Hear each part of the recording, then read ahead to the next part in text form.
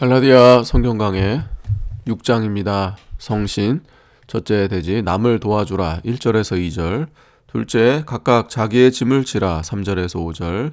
셋째 심은 대로 거둔다 6절에서 10절. 넷째 육체의 모양을 내지 말라 11절에서 13절. 다섯째 십자가의 길을 걸어가라 14절에서 18절입니다. 1절 형제들아, 사람이 만일 무슨 범죄한 일이 드러나거든 신령한 너희는 온유한 심령으로 그러한 자를 바로잡고 내 자신을 돌아보아 너도 시험을 받을까 두려워하라. 범죄한 사람이나 시험에 들어 잘못된 길로 나가는 사람을 정죄하거나 멸시하면 안 됩니다. 도리어 온유한 심령과 불쌍히 여기는 마음으로 그 사람을 바로 세워 나가야 하나님이 기뻐하십니다. 우리가 그러한 사람을 볼 때 자기 자신을 돌아보아 자기도 같은 시험을 받을까 두려워해야 합니다. 나 자신도 그러한 사람이 아닌가? 내 속에도 그러한 죄악의 요소가 없는가? 돌아보고 자기도 같은 시험을 받지 않을까 하여 두려워해야 합니다. 사람은 누구나 시험받을 가능성이 있으며 하나님의 보호가 없다면 범죄의 자리에 빠지고 맙니다. 2절 너희가 짐을 서로 지라 그리하여 그리스도의 법을 성취하라. 짐을 서로 지라는 것은 책임을 서로 지라는 말입니다. 어떤 사람이 범죄했을 때 그 사람에게만 책임을 지우지 말고 자기에게도 책임이 있다는 것을 깨닫고 서로 책임을 져야 합니다. 그리스도의 법이 그래서 성취되어 나아가는 것입니다. 그리스도의 법은 사랑의 법을 가리킵니다. 다른 사람에게 책임을 전가하는 것은 마귀의 법이고 책임을 서로 지는 것은 그리스도의 법이요 하나님의 의의를 이루어 나가는 길입니다. 내가 잘못해서 이렇게 되었다고 책망하는 것보다 내가 좀 더 잘했으면 괜찮았을 터인데 내가 잘못해서 이렇게 되었다고 하고 겸허한 자세로 책임을 자기가 진다면 얼마나 아름다운 사회가 되겠습니까?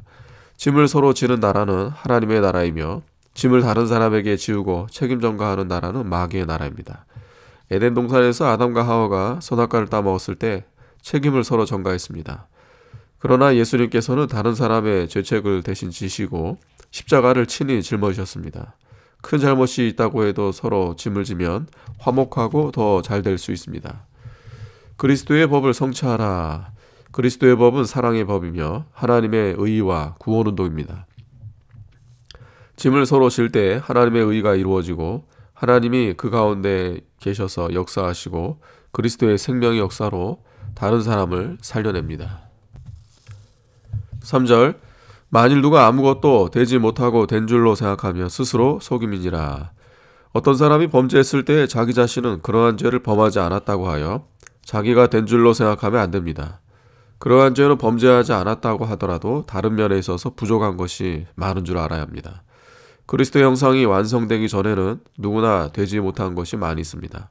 범죄한 사람을 표준하여 나는 그 죄에 빠지지 않았으므로 나는 괜찮다고 하는 것은 표준부터 잘못된 것입니다. 우리의 표준은 예수 그리스도의 형상을 완성하는 것입니다. 그러므로 자기가 다른 사람보다 낫다고 생각하여 된 줄로 여기는 것은 스스로 속이는 것입니다. 4절 각각 자기의 일을 살피라. 그리하면 자랑할 것이 자기에게만 있고 남에게는 있지 아니하리니. 살피라는 것은 시험해 보라는 뜻입니다. 자기를 하나님의 말씀에 비추어 그대로 되었나 안 되었나 시험해 보면 자기의 되지 못한 것이 많이 발견될 것입니다. 자기의 일을 잘 살피는 성도는 형제의 눈 속에 있는 티를 보기 전에 자기 속에 있는 들보를 발견하게 될 것입니다. 그러한 사람은 자랑할 것이 아무것도 없고 하나님의 은혜에 감사할 뿐입니다.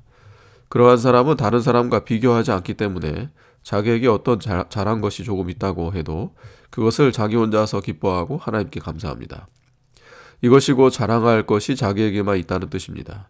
나의 행한 것은 죄뿐이고 나의 다 된 것은 하나님의 은혜로 된 것뿐입니다. 그러므로 성도는 다른 사람에게 자랑할 것이 아무것도 없고 자랑할 것은 오직 하나님 은혜뿐입니다.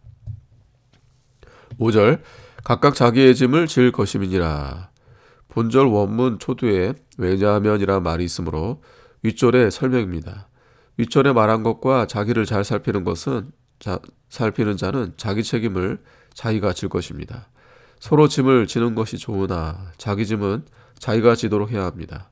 자기 책임은 안 하고 남이 도와주기만 기대하는 것은 옳지 않습니다. 언제나 자기 책임을 자기가 하면서 다른 사람을 도와주어야 합니다. 6절 가르침을 받는 자는 말씀을 가르치는 자와 모든 좋은 것을 함께하라. 성도는 가르침을 받는 교육자에게 물질면으로 대접하라는 것입니다. 가르침을 받았으면 대접하는 것이 마땅하고 신령한 것을 받았으니 물질로서 보답하는 것이 당연합니다. 예루살렘 교회를 통해서 이방인들이 신령한 것을 받았으므로 그들이 예루살렘 교회의 빚을 진 것과 같다고 했습니다. 그러므로 그들이 물질로서 예루살렘 교회를 공개하는 것은 빚을 갚는 것과 같습니다. 교육자를 통해서 하나님의 말씀으로 은혜를 받고 물질로서 보답하는 것은 마땅한 것이며 믿음을 쓰는 일입니다. 교인들이 교육자를 대접할 줄 모르면 하나님 앞에 잘못된 것입니다. 교육자는 세상 사업을 하지 아니하고 하나님의 일에 전무하기 때문에 교인들이 물질로 잘 대접하여 생활에 곤란이 없도록 해야 그 교육자가 하나님의 일을 더 잘할 수 있습니다. 모든 좋은 것은 물질적인 좋은 것을 가리킵니다.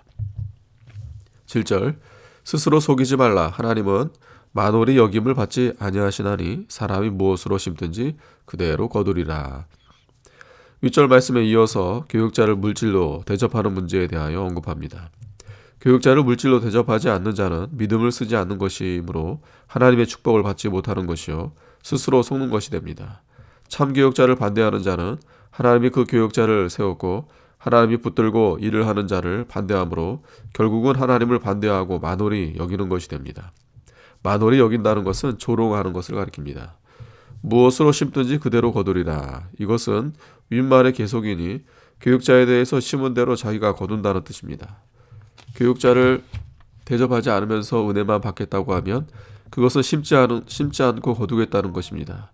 교육자를 존경하고 대접해야만 은혜와 축복을 받는 것입니다. 성도가 교육자를 진실한 마음으로 사랑하고 기도로 도와주고 물질로 대접하며 허물이 있을 때에도 사랑으로 가리워주는 것이 참 대접입니다. 8절 자기의 육체를 위하여 심는 자는 육체로부터 썩어진 것을 거두고 성령을 위하여 심는 자는 성령으로부터 영생을 거두리라. 육체를 위하여 심는 자는 육신과 세상을 위하여 일하는 자를 말합니다. 이러한 일의 결과는 썩어진 것을 거둘 수밖에 없습니다. 그 이유는 잠시 후에 이 세상도 가고 정력도 가기 때문입니다. 이 세상이나 세상에 있는 것을 사랑하여 거기에 마음과 정력과 물질을 다 기울이고 하나님을 위하여는 바치지 않고 일하지 않고 하나님의 종을 대접하지도 않는다면 썩어진 것을 거두고 영적인 일에 있어서는 아무것도 거둘 것이 없습니다. 성령을 위해 심는 자는 성령의 인도를 따라 진리대로 하나님을 위하여 사는 자입니다. 그 일을 위해 수고하고 노력하며 시간과 마음과 물질을 바치고 희생하는 자를 가리킵니다. 성령을 위해 심어 놓으면 반드시 영생을 거둡니다.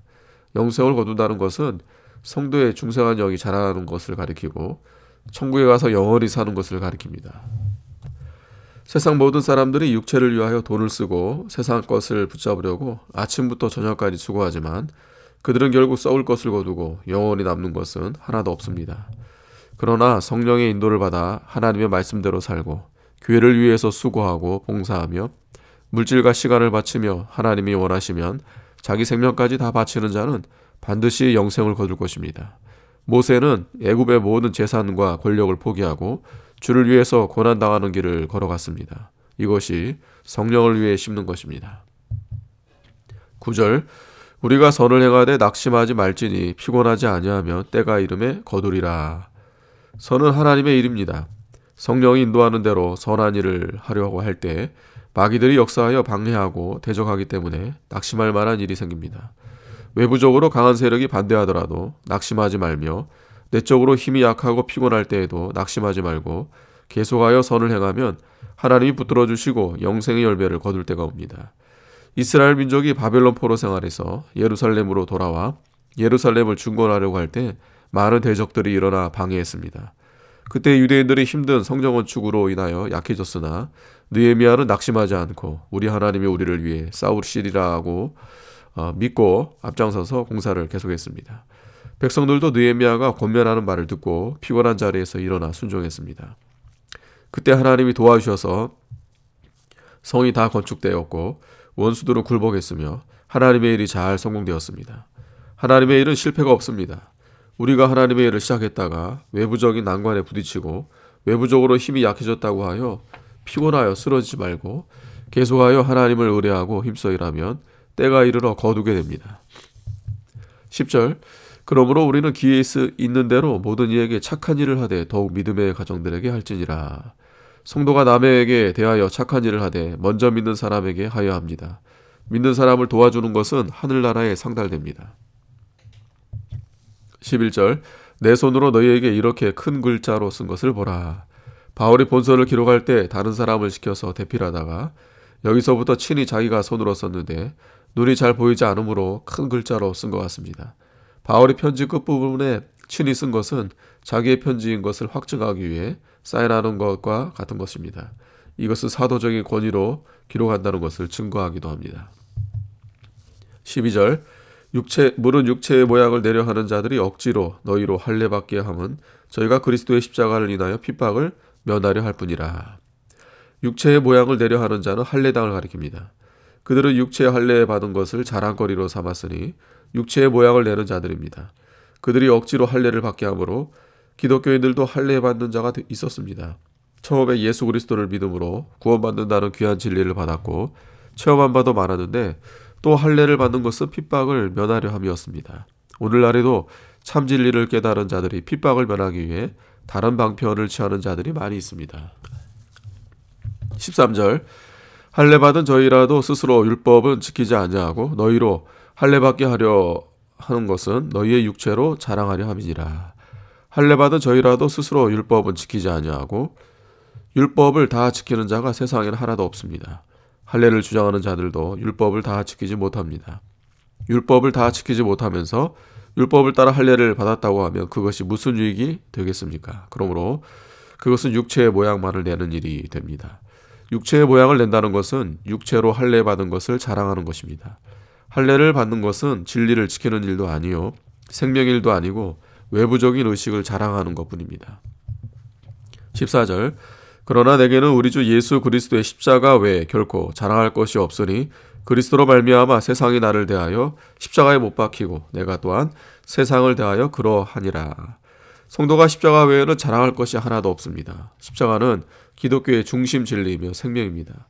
그리스도의 십자가로서 우리 생명이 살아났으니 이것밖에는 자랑할 것이 없습니다. 십자가의 도로 우리가 구원을 받았고 예수님이 십자가에서 희생해 주신 살과 피를 우리 영이 날마다 먹고 살아가는 것입니다. 이 길을 걸어가며 세상이 나를 십자가에 못 박는다. 못 박는다는 것은 못 쓰겠다 하고 내어버리는 것을 말합니다.